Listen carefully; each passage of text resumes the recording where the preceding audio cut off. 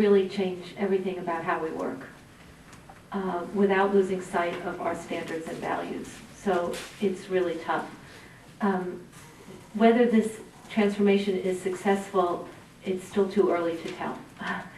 If the forward exists and I'm still in that job 10 years from now, and our endowment hasn't shrunk beyond usability, then I guess we've worked.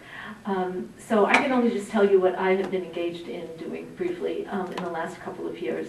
I have the privilege of working for a newspaper that in English has only been around for 20 years, but has been with us in Yiddish since 1897. So I tell people I work for a 113-year-old startup. But that also kind of describes my feeling about it, which is that we have really dramatically, and we've only begun, to change the way we do things, and yet have to, and must and want to keep very much to our tradition and our mission.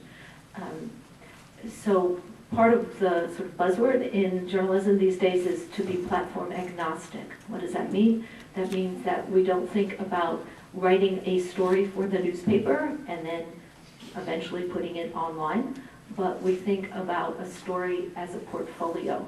A story is text, it's headline, it's photographs, it's video. It's different kinds of headlines for print and the internet, because you have to write headlines that are search engine optimized for the internet, otherwise nobody will see you.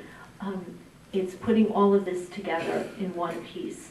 And this is a different way of working.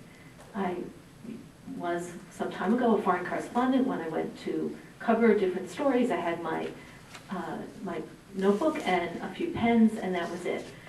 When I had the great opportunity and privilege to go with Joy and a few other people to Haiti in August, I went with the notebook and the pen and the camera and the flip cam, and I came back and wrote a story and editorial and did a video that combined photographs and video and voiceover. I'd never done all of that before, but that's how we have to do it. And you know what? It's great. It transmits the story so much more powerfully in so many different ways.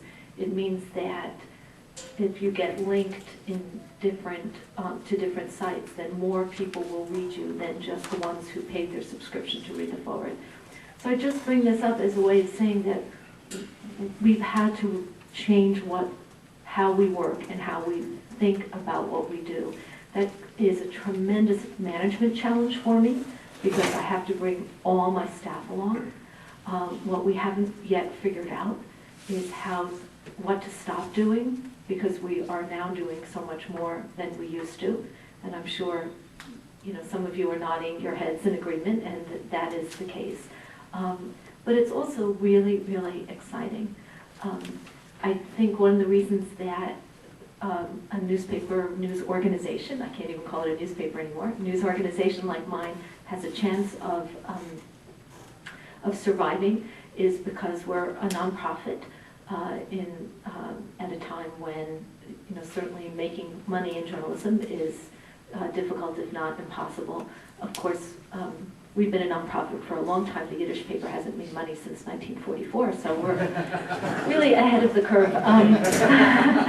So we do have to lose less money than we are now. That's our big challenge. But that is really, really important to us, having come from for-profit journalism.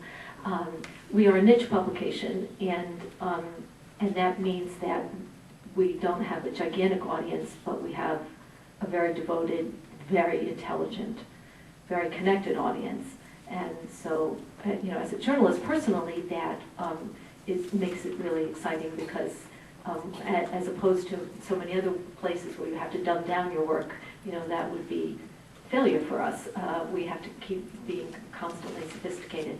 I mention all of these because I think that there are also analogies to where you are in terms of both not being afraid to transmit your stories, your teaching, your leadership across many different platforms.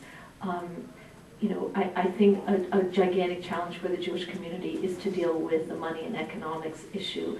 I just personally think that we've suffered from an edifice complex. We have too many big buildings that we need to keep up, We have too many, probably too many rabbinical schools. We certainly have too many advocacy organizations that still do the same things and that they used to do. And that, I mean, we haven't rationalized our communal life in any way except when it has to happen.